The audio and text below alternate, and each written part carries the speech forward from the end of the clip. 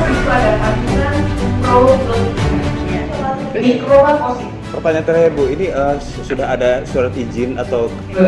Alhamdulillah Pak Ketum membantu saya. Sudah? Membantu saya untuk menyelesaikan ini. Badan usahanya sudah ada, Pak Ketum yang bantu. Pak Ketum yang bantu? Iya. Pemirsa Berkarya TV, sahabat berkarya kita dimanapun berada, salam berkarya. Ada satu hal penting yang ingin saya sampaikan melalui video vlog ini untuk sahabat berkaryaku dimanapun berada. Tanggal 11 Maret 2020, saya bertemu dengan Bunda Nini Maharani. Beliau ahli dalam meracik ramuan. Sangat menarik guys, ketika dikatakan ramuan ini mampu meningkatkan dan mengoptimalkan daya tahan dan imun tubuh. Indirayani Kosteningtyas, sarjana ekonomi, salah satu wasekjen Partai Berkarya yang saya lihat lebih terdepan dalam banyak hal, mendampingi presentasi Bunda Nini Maharani. Di Saung Berkarya Hambalang pada tanggal 6 Juni 2020, Tommy Soeharto mengikuti acara panen perdana. Dan setelah panen perdana, beliau menggelar acara kelompok capir. Masih ingat nggak pemirsa? Kelompok capir itu adalah merupakan singkatan dari kelompok pendengar, pembaca, dan pemirsa. Itu adalah kegiatan pertemuan untuk para petani dan nelayan di Indonesia yang dicetuskan pada masa pemerintahan Presiden Soeharto. Tommy Soeharto memberikan waktu untuk Bunda Nini Maharani agar mempresentasikan keunggulan produknya yang bernama Waras. Oh ya, nama Waras, kata Bunda Nini, itu diberikan oleh Tommy Soeharto sendiri. WARAS, ternyata itu singkatan dari nama PT-nya. Lengkapnya adalah PT Waradana Arana Sayekti, yang berarti hadiah yang tak ternilai dari Bumi Sakti berupa tumbuhan yang berkhasiat. Baik, saya kira itu jawaban saya sebentar ini. Ini ada botol-botol Waras yang bikin UKM. Ini ada tabibnya nih, Bu Nina. Mungkin bisa menyampaikan sedikit apa ini khasiatnya daripada Waras ini. Bismillahirrahmanirrahim. Assalamualaikum warahmatullahi wabarakatuh. Terima kasih kesempatan yang Bapak Hutomo Mandala Putra berikan kepada saya di hadapan teman-teman semua, bapak-bapak yang terhormat, ibu-ibu yang terhormat. Perkenankan saya mau memperkenalkan produk saya.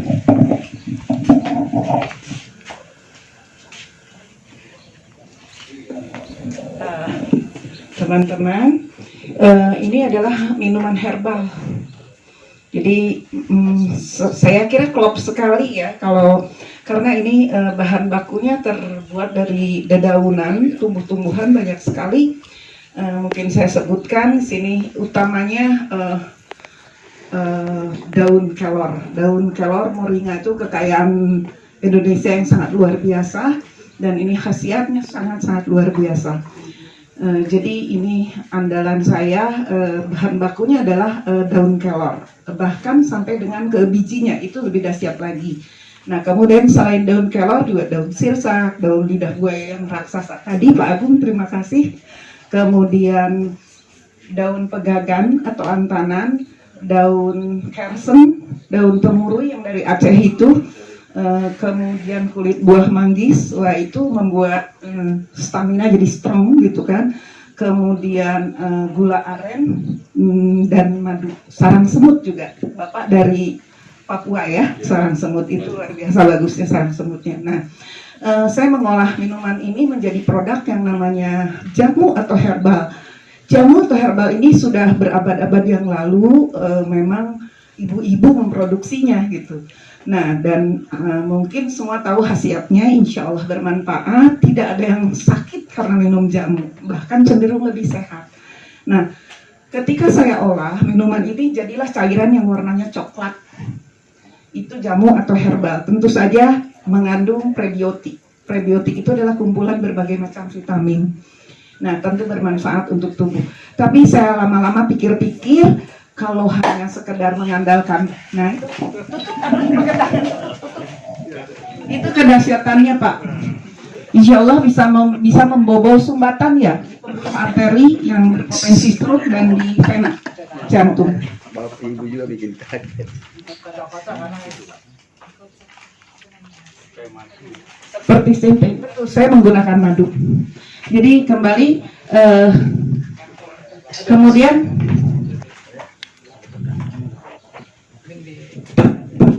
Coba dijelasin nih kenapa Pak? Ini saya akan jelaskan.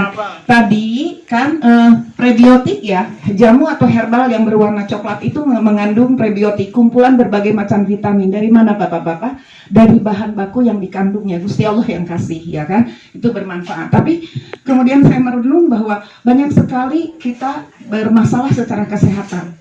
Ada yang jantung, ada yang tekanan darah tinggi dan lain sebagainya. Jadi saya pikir kalau hanya mengandalkan prebiotik bukan tidak bermanfaat, tapi kurang signifikan, kurang agresif bisa menyelesaikan masalah tersebut.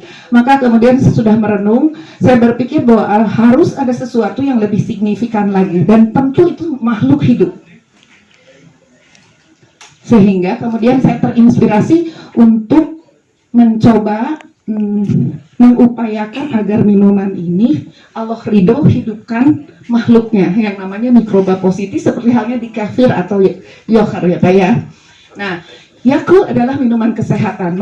Mengapa? Karena mengandung mikroba positif yang namanya lactobacillus. Saya gunakan madu, saya fermentasi di daratan. Jadi 2 minggu saya ambil, saya intip di mikroskop digital yang disambungkan ke TV LCD, harus ada makhluk hidup. Kalau belum ada makhluk hidup berarti Allah belum ridho. Karena saya bilang, ya Allah, mohon ridhomu agar engkau hidupkan di media ini makhlukmu yang bernama mikroba positif yang bermanfaat untuk kesehatan umat. Saya menunggu ridhonya Allah. Bolak-balik saya intip, kalau hari ke-40 tidak juga ada yang hidup, maka itu dibuang. Karena expire, tentu busuk ya Pak ya. Nah, alhamdulillah kemudian Allah ridho hidupkan. Jadi minuman ini sekarang berubah cairannya berwarna kekuningan Pak, tidak coklat lagi. Dan ternyata itu terjadi ekosistem yang baik antara mikroba positif dengan medianya sebagai makanan. Dan akhirnya minuman ini tidak hanya mengandung prebiotik, tetapi mengandung juga probiotik. Apa itu probiotik? Kumpulan berbagai macam mikroba positif. Jadi bukan hanya Yakult, bukan hanya lactobacillus seperti di Yakult, ada satu yang namanya azotobanter, Pak. Azotobanter itu mikroba positif yang karakternya senang sekali memakan kolesterol padat, dan itu adalah LDL, dan itu adalah masalah buat manusia. Kemudian ada Rhizobium, di mana karakternya atau hobinya senang mencacah atau mengurai urin asam urat, dan asam urat menyebabkan reumatik, Pak. Jadi kemudian ada pseudo, ada macam-macam, ada 6 Pak. Nah, akhirnya ketika minuman ini diminum, si makhluk Allah itu ikut terminum. Dan dia melakukan hobinya, melakukan karakternya. Dengan demikian kita melakukan proses simbiosa mutualisme. Dia membutuhkan makanan, kita butuh membuangnya. Gitu loh. Jadi sebetulnya insya Allah Pak, ini adalah pemeliharaan kesehatan secara syar'i. Mudah-mudahan ini tidak salah, mudah-mudahan Allah ridho. Karena kenapa saya mengklaim secara syar'i? Karena saya sebetulnya mengikuti sunnahnya Rasul. Bapak-bapak mungkin ada yang mengenal Bekam ya Pak ya. Bekam adalah pemeliharaan kesehatan atau pengobatan ala Rasulullah. Disedot darah kotornya dan dibuang. Nah, darah kotor yang dimaksud adalah darah yang terkontaminasi oleh virus, bakteri, atau kuman, atau kemasukan sesuatu yang berlebihan sehingga bermasalah darahnya. Kalau darah bermasalah, maka kesehatannya bermasalah. Jadi Rasul sesungguhnya ketika menyedot darah kotor dan membuangnya, karena Rasul meyakini banyak sekali penyakit atau masalah kesehatan yang dirasakan oleh seseorang itu awalnya bersumber dari darah. Kalau darahnya sehat atau bersih, orangnya cenderung sehat. Kalau darahnya kotor, orangnya cenderung bermasalah atau sakit.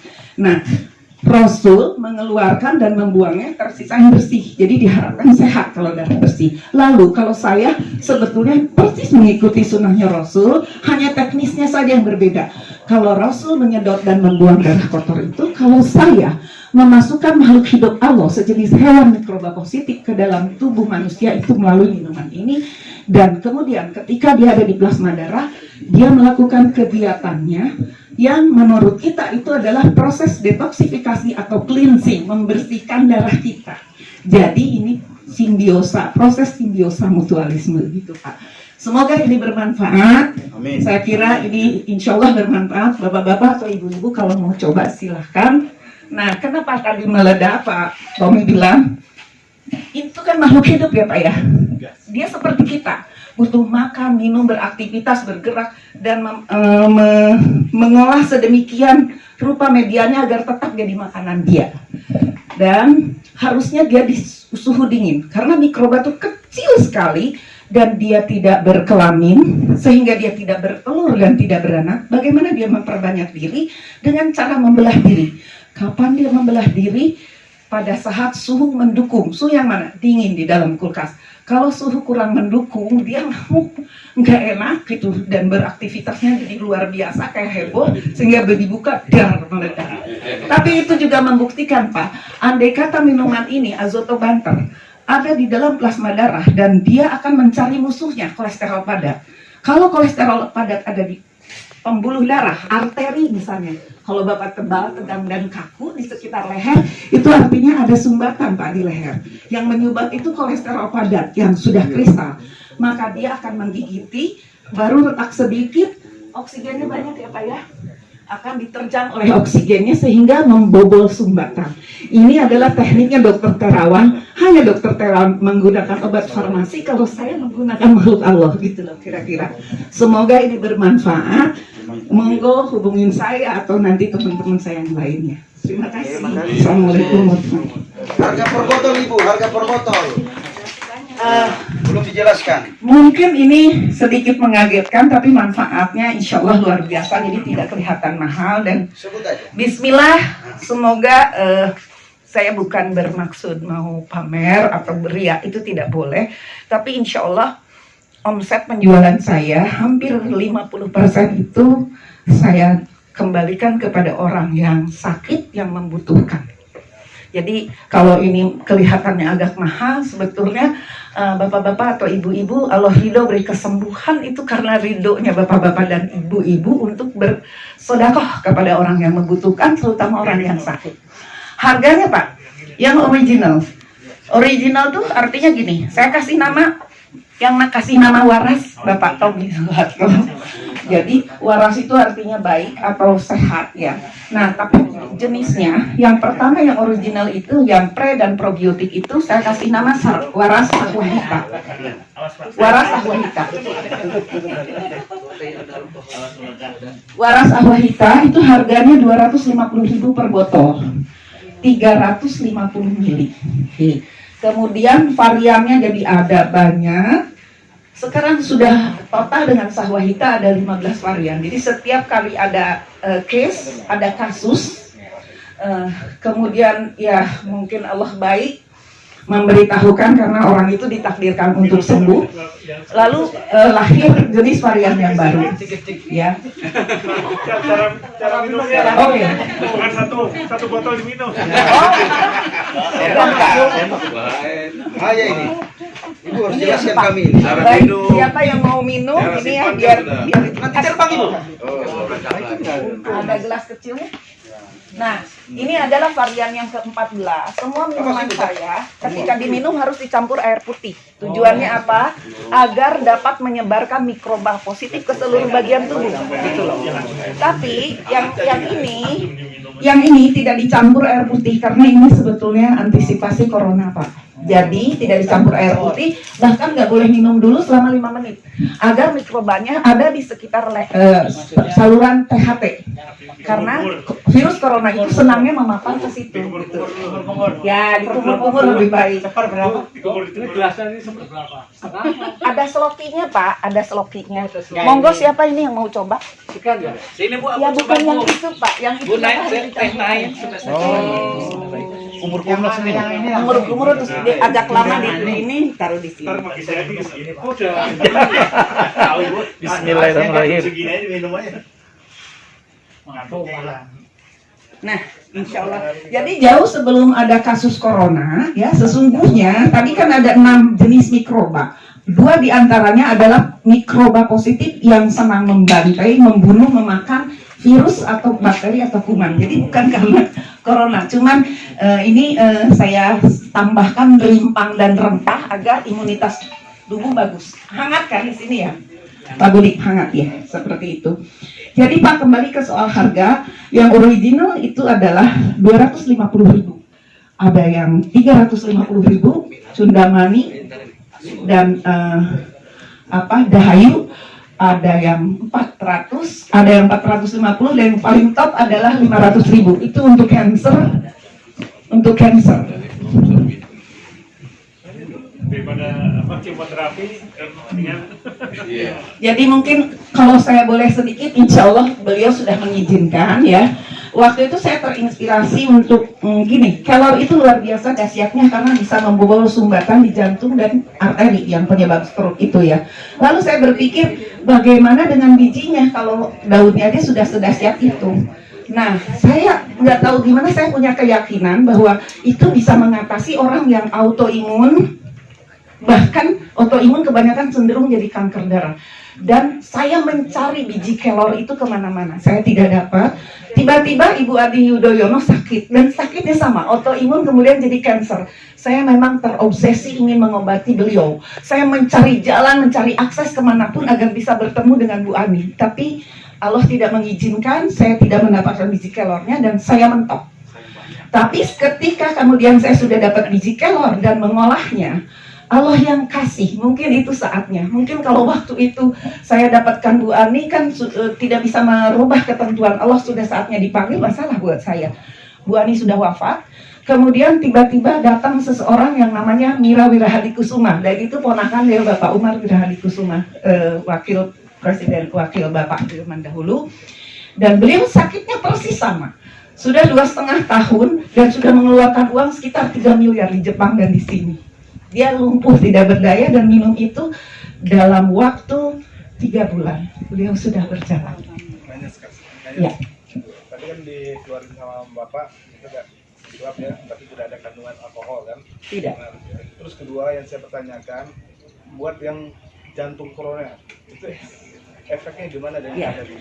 Saya mau cerita mengenai jantung koroner. Begini loh Pak, kalau kita mengkonsumsi kolesterol, makanan yang mengandung kolesterol, apakah itu susu, santan yang lembut-lembut, yang cair-cair, sampai yang paling keras sekalipun, tentu dikunyah ditelan. Transit di lambung, dari lambung dikirim pencernaan dan dikirim lagi ke kelenjar empedu untuk diurai. Kemudian yang murninya diolah sama kelenjar liver, jadilah liquid kolesterol atau HDL yang dikeluarkan dari pori-pori hati. Dan itu ngambang-ngambang di plasma darah, di air akuarium tubuh kita, di mana di plasma darah itu berenang sel darah merah, dan sel darah merah menyerapnya. Lalu dia kirimkan ke sel yang menjadi tugasnya. Allah kasih tugas setiap satu sel darah merah untuk supply 1 butir sel di dalam tubuh kita. Nah, misalnya mau ke otak, Pak. Kemudian di dalam tubuh kita juga banyak sampah. Ada sampah free radical. Free radical itu sampah yang tidak bisa diurai. Bapak-bapak paham? Sampah yang tidak bisa diurai apa? Begini. Kalau ibu pulang dari pasar, kupas kentang, kupas wortel, kupas bawang, dibuang kulitnya, dalam waktu 3 hari atau seminggu terurai, hancur, menyatu dengan tanah. Itu mudah diurai. Tapi ada sampah yang ibu bawa dari pasar, yaitu keresek dan styrofoam, sama ibu dikubur, 3 tahun kemudian dicongkel masih begitu, Pak. Nah, di tubuh kita juga ada. Berbentuk, kalau masuk lewat asupan makanan, bentuknya seperti kelereng, warna kristal biru. Itu adalah radikal bebas. Ada juga yang berupa asap. Kelereng biru dari mana? Pengawet, penyedap rasa, pewarna makanan, pengembang kue. Itu bertahun-tahun berkumpul mengkristal, jadilah itu. Kemudian polusi udara, saya. Nah, kalau liquid kolesterol ketemu dengan radikal bebas, Pak, dampaknya apa? Mereka menikah, hasil pernikahan itu menimbulkan proses biokimia yang bisa merubah wujud si kolesterol yang tadinya liquid, cair, HDL, kolesterol baik, berubah menjadi padat. Awal padatnya jadi lem aja, tekstur pertamanya padat. Itu saja sudah membuat dia jahat. Kenapa? Karena bisa memerangkap butiran sel darah merah yang sedang bertebaran, dan terjadilah kekentalan darah yang dokter kasih pengencer darah. Itu baru jadi lem. Udah jadi lem, ketemu lagi jadi agar, ketemu lagi jadi puding, ketemu lagi jadi lemak biasa, ketemu lagi jadi kristal. Nah, kalau jadi kristal, LDL yang grade paling tinggi, kalau menusuk dinding sel darah merah, lalu dia masuk, sel darah merahnya masuk ke pembuluh arteri yang mau menuju otak. Kalau di sini, Pak, pembuluh arteri sudah makin kecil, seperti jembatan sirot, seperti rambut dibelah 7, dan lentur sekali fleksibel. Ketika gerombolan sel darah merah lewat, berdesakan, bisa aja penumpang gelapnya si kristal kolesterol terpencet keluar, lalu ngeflex di dinding pembuluh arteri, jadilah flek arteriosklerosis. Jadi kalau bapak-bapak tebal ya, tegang dan kaku. Nah, itu sudah terjadi pengerasan. Kalau itu berlapis-lapis, jadilah plak. Kalau plak berarti sudah sempit. Kalau Bapak tekanan darahnya tinggi, diterjang, pecah pembuluh darah, stroke. Tapi kalau itu terjadinya di pembuluh vena yang ada di dalam jantung, Pak, kalau nempel, flek arteriosklerosis juga, pengerasan dinding pembuluh arteri. Bapak terasa ada ditusuk-tusuk 5 jari, 5 jarum menusuk. Kemudian kalau di tengah-tengah itu namanya koroner, Pak. Jadi azotobanter yang dahsyat tadi akan masuk ke situ menggigiti, baru retak sedikit dibobol oleh oksigen yang seperti tadi, cerot, blong gitu. Jadi insya Allah banyak yang bahkan sudah pasang ring 7, insya Allah lebih baik. Gitu. Terima kasih. Assalamualaikum warahmatullahi wabarakatuh.